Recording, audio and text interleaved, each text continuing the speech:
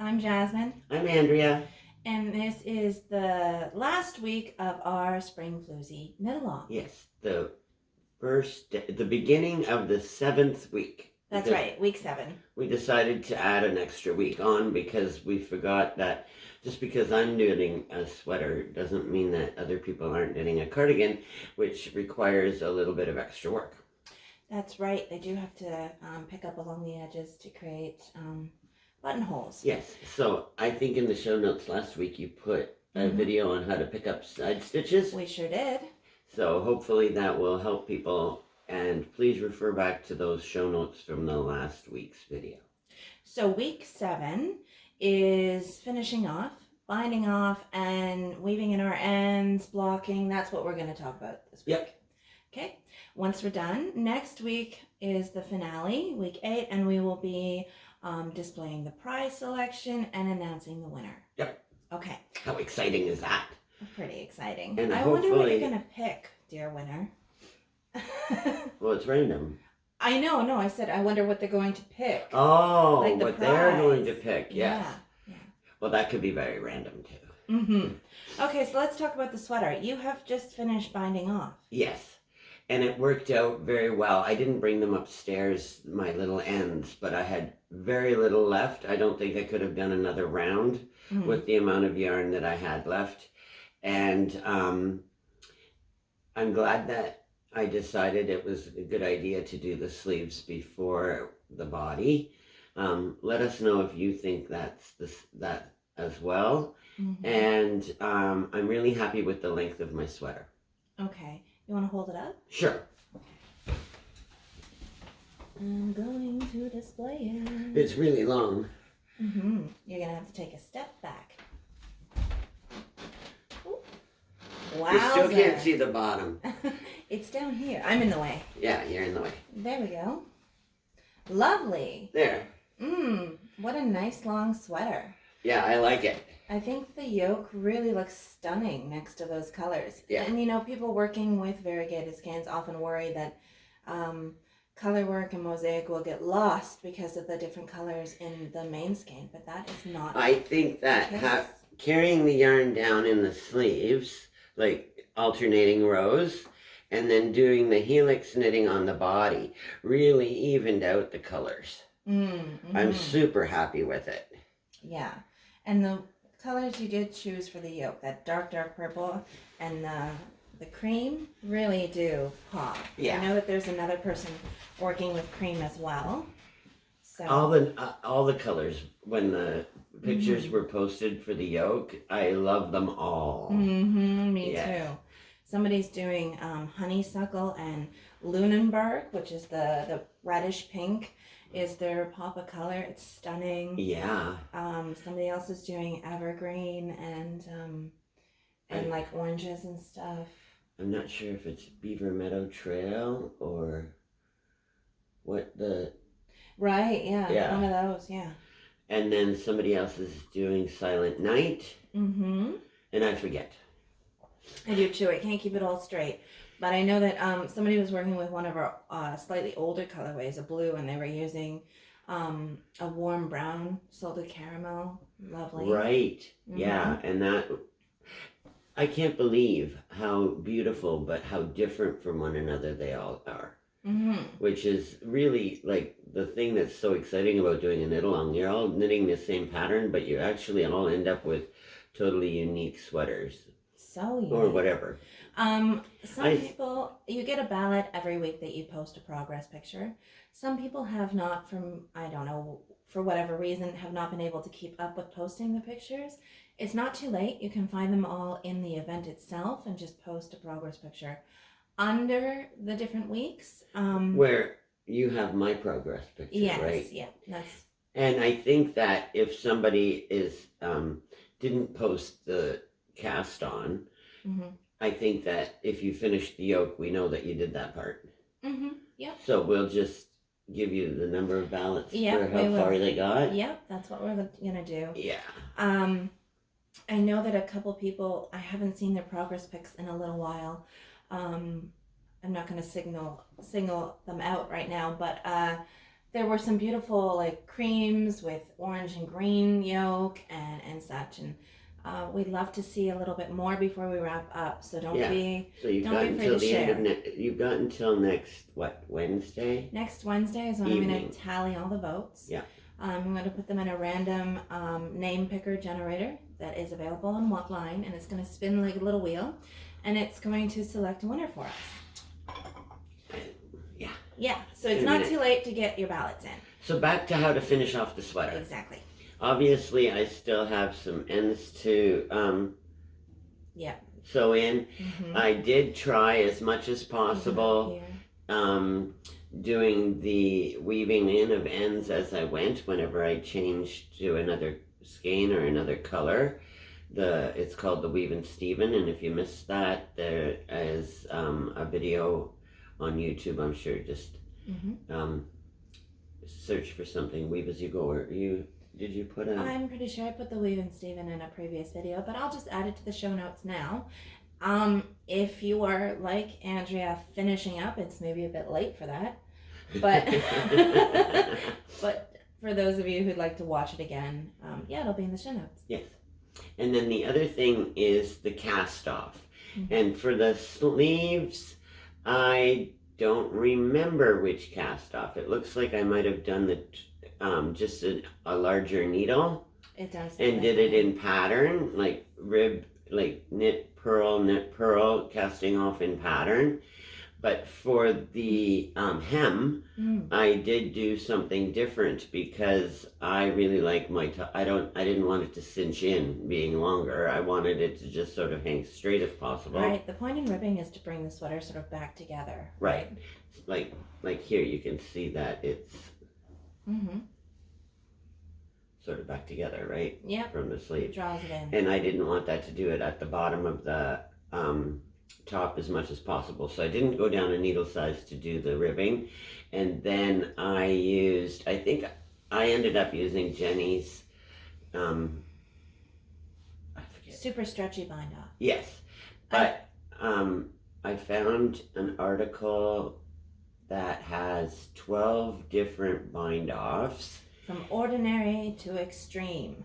Stretch. Or something like that. Yeah. And it's rated about stretchability, and there's measurements shown in pictures, and it also talks about the flare, because if you're doing a really loose bind off, sometimes just your edge will flare out, and you don't necessarily want that either. But I think it's a trade-off depending on how stretchy you want it. And in the article there is a link for each of the bind offs and a tutorial for that. So that, depending on what you want to do with the bottom of your sweater, you might find that interesting. It's actually quite interesting no matter what, because I didn't even know there were 12 bind offs. I know. I think I've only ever done like 3 different types. Yeah. So that's pretty exciting. It was kind of cool. There's a sewn off bind off, which is supposed to be even stretchier than what I did. But you didn't want to sew. I didn't want to sew because it's the Elizabeth Zimmerman bind off, and you cut your yarn and leave a length long enough to sew the bind off. Oh. And it's shown in a video. I'm not going to be able to tell you how to do it because first of all I didn't do it. But with it being the bottom of a fairly large sweater, I was afraid that I wasn't going to have a long enough piece of yarn anyway. So to do the sewing. Yeah. So it might be one thing to do that on a sleeve, but I don't think it would work for the bottom of a sweater necessarily. So no, that's true. Anyway, have a look through it, and that'll also be in the show notes just below. Yeah. If you haven't already, you should probably be watching this in HD. Will look better, but so will the yarn. You can click the little ear and change that as well. And the other thing we need to tell, and we always forget, is please subscribe and hit like. Share it if you feel so inclined. Yes, because it doesn't cost you anything to do that, but in the end it could end up making us able to do these live. And that's what we would really like to do. We'd love to be able to interact a bit more with the videos, yeah. Answer comments. Especially on Sip and Stitch. Yes, that is our monthly podcast. I know a lot of people do them weekly or bi-weekly, and just for sanity's sake, we do it once a month. It is the first Sunday of every month, unless that happens to be a national holiday, and then we'll do it the week following. So this Sunday, May 5th, we will be having our Sip and Stitch. You can watch it on YouTube, and we will post links to it on Facebook and our other social media. Perfect. We need to talk about blocking. Right. Because once you've woven in all your ends, you're going to want to block this to sides. Have you tried it on yet? No. Yes, I did. Yes, because of no? the length. Oh, okay. Yeah. I briefly tried it on, but I wasn't ready to block. And did you feel that it needed to be blocked, or just sort of wet blocked? Blocking will even out the stitches. And because I found that the yoke pulled a little bit from the... like even on the very top where it was just little boxes. Puckered a little bit. It puckered a little bit. So I think that when I block that will relax it. I like that though. That to me it does look kind is like texture. It's like little baubles of texture. Looks like almost like, what's that called? Cinching, not cinching. When they have the elastic and it pulls, smocking. Oh, okay. Yeah. I didn't think that. I thought it looked like, the seed stitch or the blueberry stitch where it just gets like a little indent. Right. And I like the texture. But if you are going to block the yoke, especially if you are doing one of the larger sizes, don't block too aggressively. And I'm saying this to you because the neckline is one of the only I've ever seen on a larger plus size garment that isn't super wide. I really, really like this neckline, and you got to be careful not to stretch it out on yourself. Well, what I'm going to do is I'm going to try it on. I'm going to see where I like it exactly the way it is. Because I know when I tried it on, the sleeves were, for example, the perfect length for me. So when I block it, I don't want the sleeves any longer.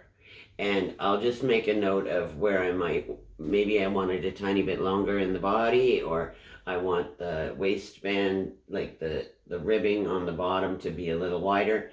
So I will, before I wet it to block, I will take the measurements of the various areas, like the width of the neck, the length of the sleeve, the length from the yoke to the armpit. I'm going to write all those measurements down so that when I've soaked it and rolled it in my towel to absorb all the moisture and then lay it out on my surface for blocking, I will know whether or not I want it a slightly bit bigger or I want it to not stretch. And then depending on if I want it just to be what it was for the length of the sleeve, for example, if it did happen to stretch a little longer, I'll just gently push down on it and bring it back together and straighten the sleeve out so that your rows of knitting are even. And in the body, I might actually stretch that waistband a little wider. No, okay. And we have blocking pins, and it's good to use on the edge of your garment so that if you are blocking something a little bit more aggressively and you don't want it to, as it dries, to shrink back together, you just pin the edges with the T-pins. And if you don't have any, or if you'd like some, we have some available. The Cocoa Knits T-pins, yeah. Yes. You get a large quantity in the box. Yeah, and they're handy.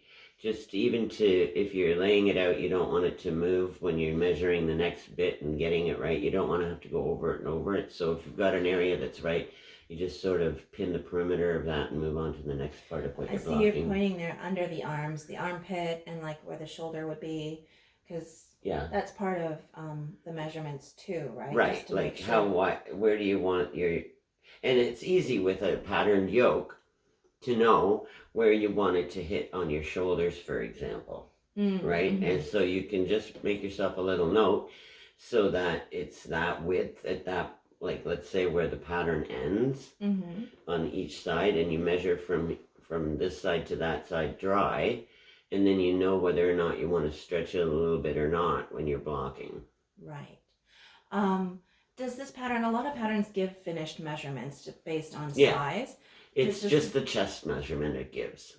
It doesn't give that arm length and everything else? Oh yeah, it does, because it tells you to knit for a certain length depending on the different sizes, right?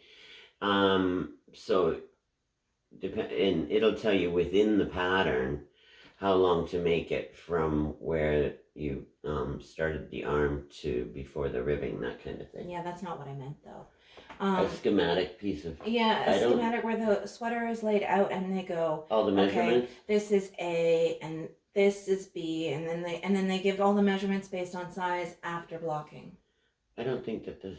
I've done a lot of patterns that do that, and I like that. Yeah. But it's not always perfect to my body size. So I knit this sweater as long as they said to do the arms, and as long as they said to do the body, and then I blocked it according to those measurements. And this is why what Andrea is saying is so important about measuring your own body to take into consideration different things, because I'm a slightly larger chested person. So the measurement, my sweater hits about an inch or two too short, and I'm thinking about taking out the ribbing at the bottom and finding a similar colorway, I don't even know if we have it at the moment, and knitting it a bit longer. And same with the sleeves. I blocked them as to the specifications, and they're supposed to be bell sleeves, or whatever those are called when they flare out, but it's just hits a little bit too short, about an inch too short. I think it could be a bit longer. And same with the bottom of my sweater. See how I have it under a top. It's not that like my button and everything is up here. It's not that it's too short,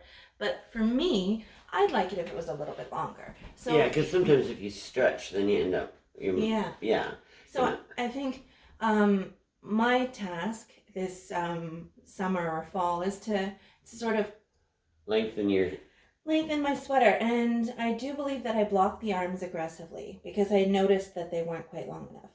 But I was still. The nice thing, if you don't have the right color, is this is a fade, right? With holding two different colors together. It's marling. So you can actually marl something, and I might have to. Yeah. But that's okay. I was still a relatively new knitter, I think. This was maybe the third garment piece I made. So as a more seasoned knitter, and now with, all the talks about making something to your body shape, I would be a bit smarter about it and knit a bit longer.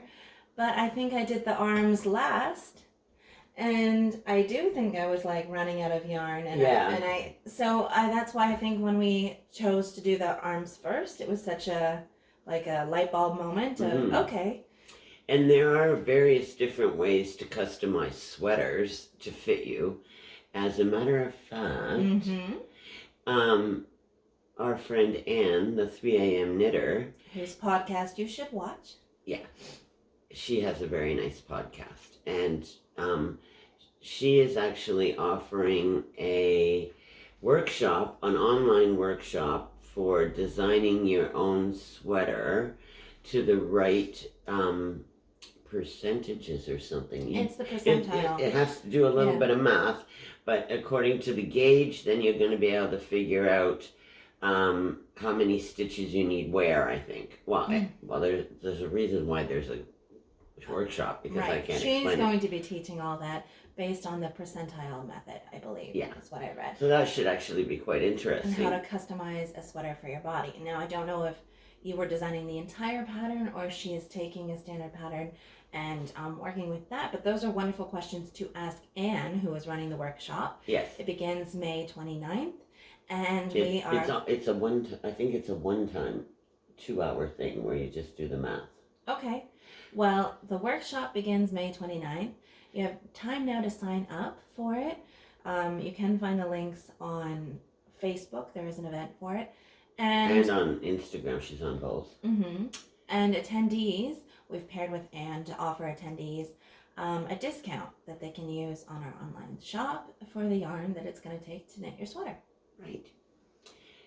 So the discount is good from now until when you register until the May 29th when the workshop starts.